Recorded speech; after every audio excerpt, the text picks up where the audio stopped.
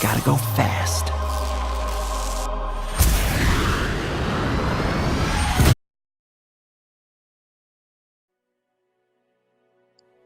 So then let's consider first of all, what is a mind in the grip of vicious circles? Well, one of the most obvious instances that we all know is the phenomenon of worry. The doctor tells you that you have to have an operation. And that has been set up so that automatically everybody worries about it. But since worrying takes away your appetite and your sleep, it's not good for you. But you can't stop worrying, and therefore you get additionally worried that you are worrying. And then, furthermore, because that is quite absurd and you are mad at yourself because you do it, you are worried because you worry because you worry. That is a vicious circle. So now, can you allow your mind to be quiet? Isn't it difficult? Because the mind seems to be like a monkey, jumping up and down and jabbering all the time. Once you've learned to think, you can't stop. And an enormous number of people devote their lives to keeping their minds busy and feel extremely uncomfortable with silence. When you're alone, nobody's saying anything, there's nothing to do. There's this worry, this lack of distraction. I'm left alone with myself, and I want to get away from myself. I'm always wanting to get away from myself. That's why I go to the movies, that's why I read mystery stories, that's why I go after girls or anything that you do, or get drunk or whatever. I don't want to be with myself. I feel queer. So, well, why do you want to run away from yourself? What's so bad about it? Why do you want to forget this? Why do you want to become yourself? Because you are addicted to thoughts. This is a drug, a real dangerous one. Compulsive thinking, going on and on and on and on and on all the time. It's a habit. So there's a difficulty about stopping that activity. And you really have to stop it if you want to be sane. Because if I talk all the time, I don't hear what anyone else has to say. Then I'll end up in the situation of having nothing to talk about but my own talking.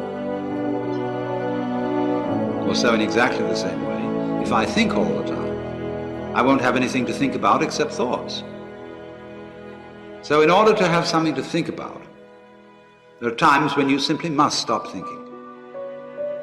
Well, how do you do that?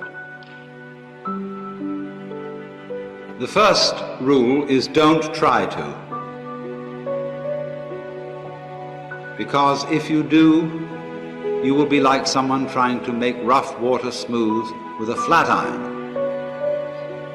And all that will do will stir it up. So in the same way as a muddy, turbulent pool quiets itself when left alone, you have to know how to leave your mind alone. It will quiet itself. Now I want you to repeat after me, please. We got to recondition our minds first. Let us say together, good things that's supposed to happen to me. Yeah, write that down. I want you to say that to yourself every day. See, we live in a world where we believe that bad things are supposed to happen to us. I remember at a point in my life, Bishop, when things are going good for me, and I said, this is too good to be true. Something is bound to happen. Guess what? It did. Thou shalt decree a thing that shall be established unto you and shall accomplish that whereunto it has been sent. Watch your words. Watch what you say about yourself, about your affairs. Be conscious of that on a daily basis. Why? Because your words are powerful. In the beginning was the Word. Life and death is in the tongue. Watch what you say. Never say I'm broke. Say I'm overcoming a cash flow problem.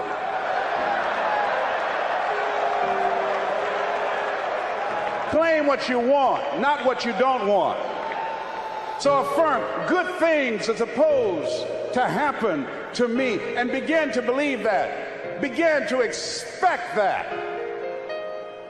Now, I was talking to my oldest son, Calvin. We were going for a walk. And I said, Calvin, do you want to be successful? He said, yes, sir, Dad. It's okay. We kept on walking. Then I stopped and I looked him in the eyes. This is my namesake, my junior. I said, Calvin, we're looking at each other eye to eye now. Do you expect to be successful? Given the fact that you are a single parent of 2 kids, given the fact that you decided not to go to college to further your education, given the fact that you are very talented, but you're behind on your dreams and your bills, do you expect, based upon your performance, based upon what you produce at this point in time in your life, do you expect to be successful? And Calvin got quiet. Because see, if you ask most people at the Manpower Conference, do you want to be successful? Do you want to live a life of productivity? Do you want to live a life of contribution? Do you want to be a better father? Do you want to have your own business? Are there dreams you want? Everybody will say yes. But see, want shows up in conversation. Expectation shows up in behavior. See, I can tell what you expect by what you do. That's why the Bible says, judge a tree by the fruit it bears, not the fruit that it wants, not the fruit that it talks about, not the fruit that it claims, but by what you are doing. See, what you do when you leave here, when the music stops, when the shouting dies down, your behavior, how you conduct yourself, writing your goals down, deciding to enroll in school to get a GED, deciding to sit into class with children young enough to be your grandchildren, decide to find some product, some idea, some service that you can provide so that you can begin to create some value for yourself so you can create wealth. And let me tell you something, ladies and gentlemen, it's very important that we begin to learn how to create wealth. I'm not talking about loving money. See, I believe the lack of money is the root of all evil. People will steal for money. People are killed for money.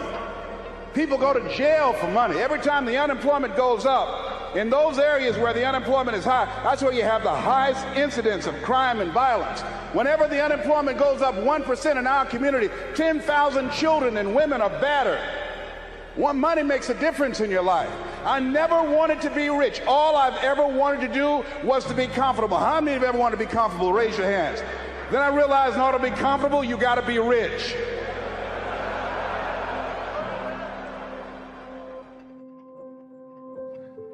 If you can keep your head when all about you are losing theirs and blaming it on you.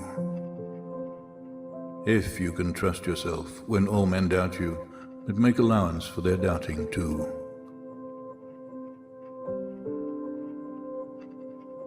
If you can wait and not be tired by waiting, or being lied about, don't deal in lies, or being hated, don't give way to hating, and yet don't look too good, nor talk too wise.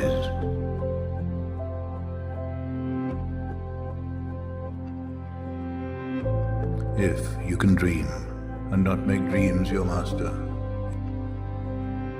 If you can think, and not make thoughts your aim. If you can meet with triumph and disaster, and treat those two impostors just the same. If you can bear to hear the truth you've spoken, twisted by knaves to make a trap for fools.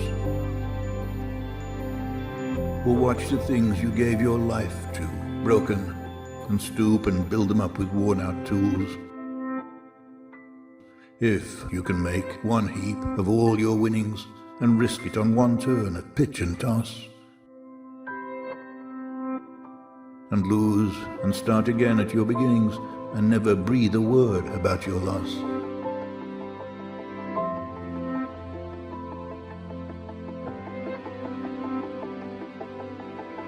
If you can force your heart and nerve and sinew to serve your turn long after they are gone,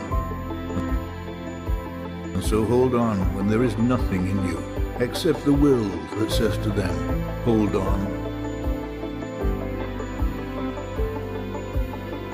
If you can talk with crowds and keep your virtue, or walk with kings, nor lose the common touch. If neither foes nor loving friends can hurt you, if all men count with you, but none too much.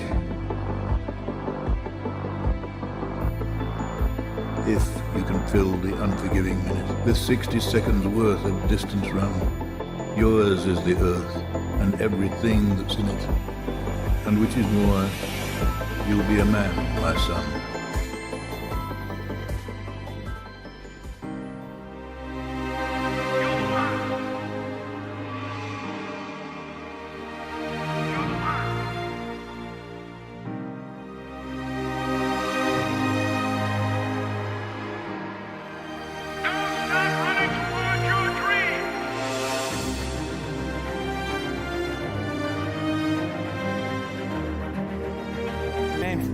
Benny. Nobody cares.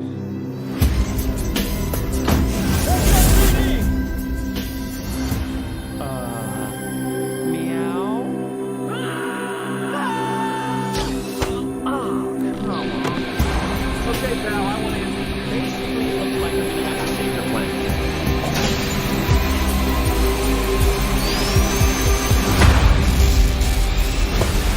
Oh, is that all you got? No, but thank you for asking. Whatever this creature is, our job is to secure it, neutralize it, see what makes it tick.